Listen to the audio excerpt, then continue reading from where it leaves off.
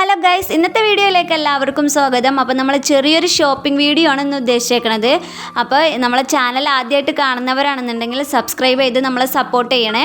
അപ്പോൾ എന്താണെന്ന് വെച്ച് കഴിഞ്ഞാൽ നമ്മൾ അനിയൻ വന്നിട്ടുണ്ടല്ലോ, അപ്പോൾ അവനക്കൊരു ഷർട്ട് എടുത്ത് കൊടുക്കാമെന്നുള്ള ഒരു ഉദ്ദേശത്തിലാണ് നമ്മൾ കൊടുങ്ങല്ലൂരിലുള്ള ഓറഞ്ച് കടയിലോട്ടേക്ക് വന്നത്.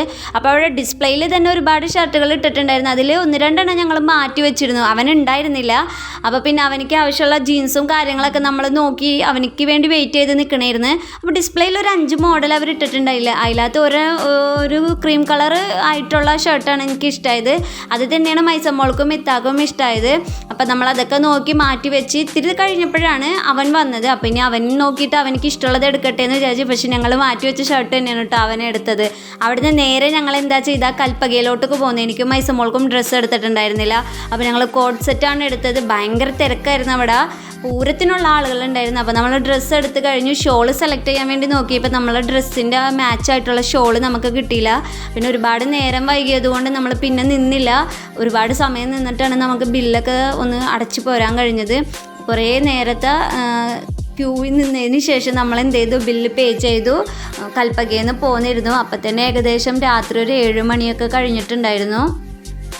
വേറെ ഒന്നും നിന്നില്ല കേട്ടോ, ജസ്റ്റ് ഒരു ജ്യൂസും കുടിച്ച് നമ്മൾ വീട്ടിലോട്ടേക്ക് പോകുന്നായിരുന്നു.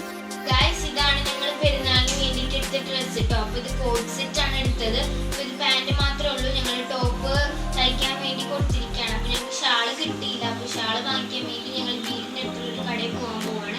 അപ്പോൾ അതിന് വീഡിയോയിട്ട് എല്ലാവരും നമ്മുടെ വീടിൻ്റെ തൊട്ടടുത്ത് തന്നെ ഒരു കടയുണ്ട്. അപ്പോൾ ജസ്റ്റ് അവിടെയും കൂടി ഒന്ന് പോയി നോക്കാമെന്ന് കരുതിയിട്ട് ഞങ്ങൾ അവിടെ ഒന്ന് പോയി നോക്കിയിരുന്നു.